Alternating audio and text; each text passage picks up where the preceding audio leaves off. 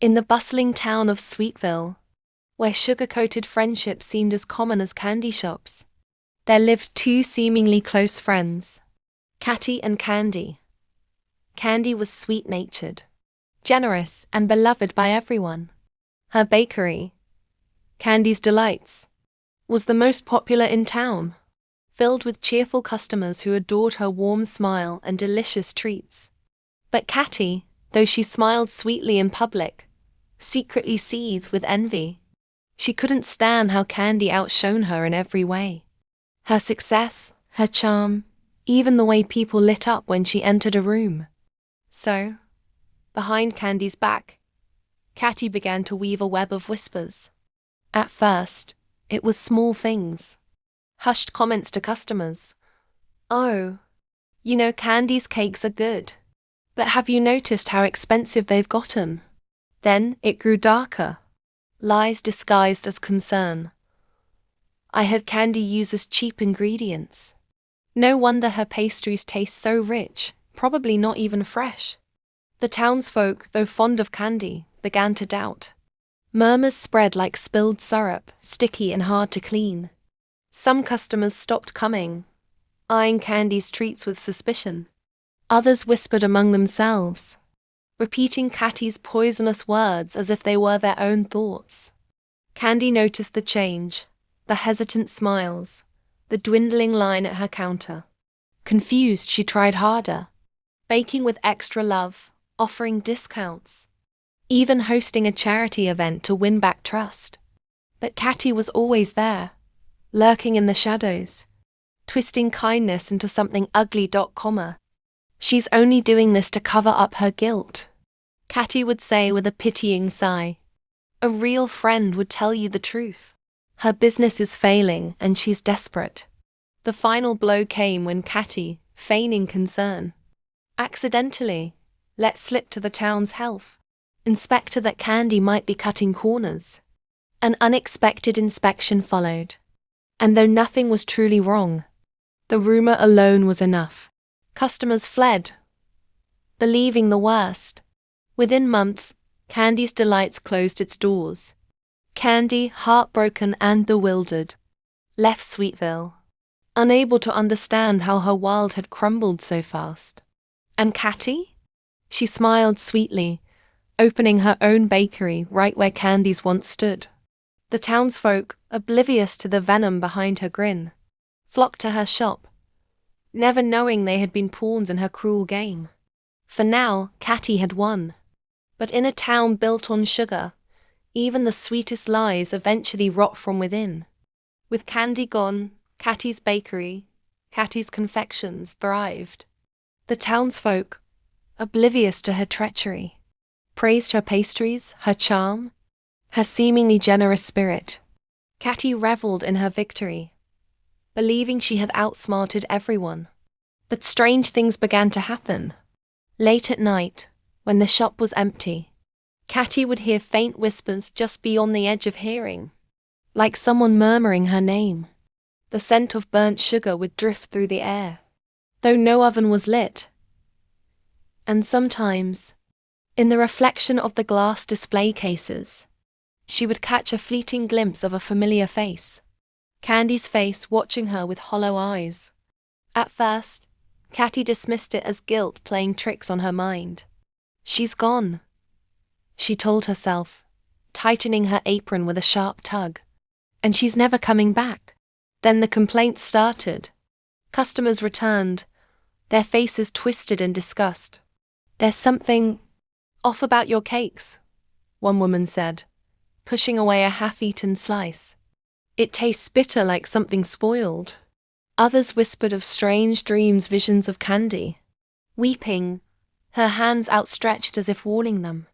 Catty scoffed, insisting her recipes were perfect. But when she bit into one of her own pastries, her mouth filled with an acrid, metallic taste, like rust and regret. She spat it out, her heart pounding. That night she stayed late, determined to prove nothing was wrong. But as she pulled a fresh batch of cupcakes from the oven, the sweet aroma twisted into something foul. the stench of burning hair and rotting fruit.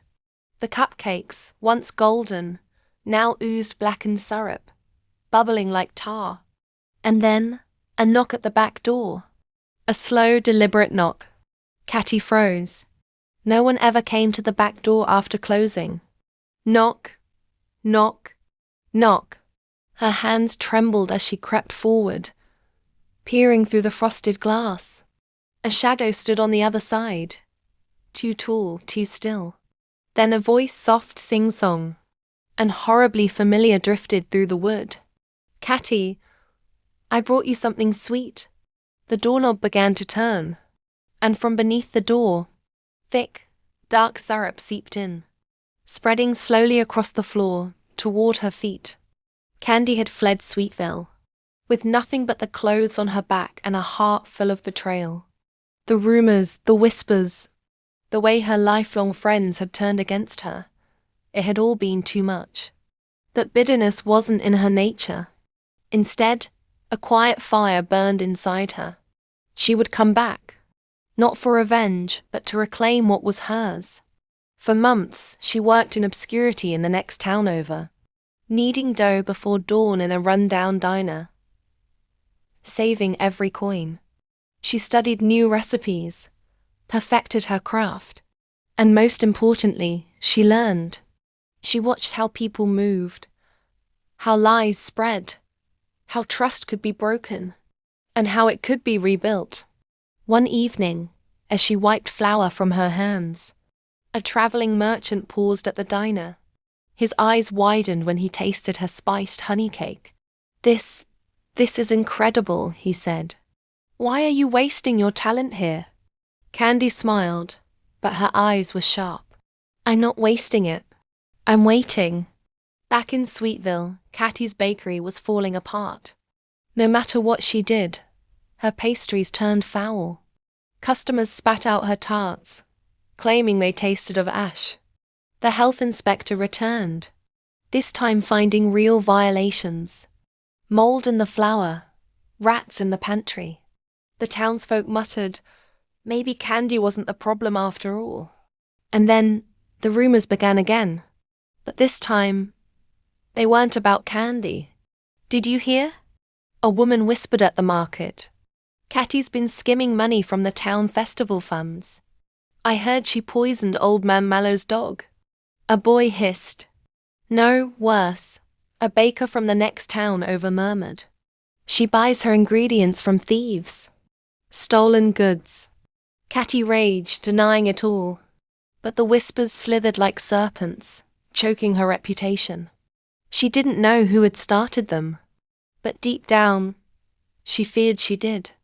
Then, on the eve of the Sweetville Harvest Fair, the biggest event of the year, a stranger arrived. Cloaked in dusk, a woman stepped into town, pulling a cart laden with covered trays. The air around her smelled of cinnamon and something deeper, darker and promising. She set up a stall right across from Catty's confections. Then, with a flick of her wrist, she unveiled her treats. Golden glazed buns, molten chocolate tarts, spiced honey cakes. The crowd stilled. Then, like a dam breaking, they surged forward. Catty's blood turned to ice. She knew that perfect swirl of frosting, that unmistakable crimp on the pie crusts. No, it couldn't be. But when the stranger lifted her head, pulling back her hood, Catty's breath stopped. Candy's eyes locked onto hers, and she smiled. Miss me? And from the cart, the scent of burning sugar began to rise. The crowd buzzed with excitement as Candy's pastries vanished from her stall, each bite dissolving the lies Catty had spun. But beneath the cheers, something darker stirred a whisper of unease. A scent like scorched caramel curling through the air. Catty stood frozen behind her counter, her once busy shop now empty. Her hands trembled as she watched Candy, radiant and unhurried, hand out samples with a smile that didn't reach her eyes. Try this one, Candy said, offering a delicate lavender macaron to the mayor's wife. A new recipe. I call it Truth. The woman took a bite and gasped, not in delight but in shock. Her eyes widened, her face paling. I remember, she whispered. I remember what you said about Catty. But wait, that wasn't true, was it? None of it was true. A murmur rippled through the crowd. Others who tasted the macarons clutched their throats. Not in pain, but in dawning horror. We turned on Candy for nothing, someone breathed. Catty lied to us. Catty's breath came in short, panicked bursts. She stumbled back, knocking over trays of her own rotting pastries. No, she's tricking you, she shrieked. But the crowd turned toward her, their eyes sharp with realization. Then the lights flickered. A cold wind rushed through the square. Though the evening was still, the sugary scent of Candy's stall twisted into something cloying, suffocating.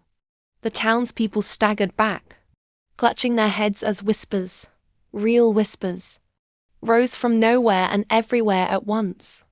Liar! Thief! You did this! Catty spun around, but there was no one behind her. Just the shadowed interior of her shop, where the display case glass reflected not her own face, but Candy's. Her mouth stretched too wide, her eyes black as licorice. You shouldn't have burned my shop, the reflection murmured. You shouldn't have lied, Catty screamed. The crowd couldn't hear her. They were too busy staring at their own hands, their own memories, unraveling the web of deceit she'd woven. Then came the sound, a wet crunching noise from the kitchen. The townsfolk fell silent as the back door of Catty's confections creaked open.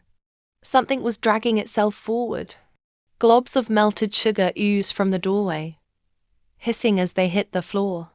And within them, shapes a hand, a face, a writhing, half-formed thing made of burnt caramel and broken promises. You said my treats were poison, Candy's voice echoed, though her lips didn't move. Let's see how you like yours. The sugar creature lurched forward. Catty scrambled back, but the floor was sticky, trapping her in place. The townsfolk watched in mute terror as the thing seized Catty's wrist, and her skin began to bubble, turning glossy and golden, like hardening candy. No! Stop!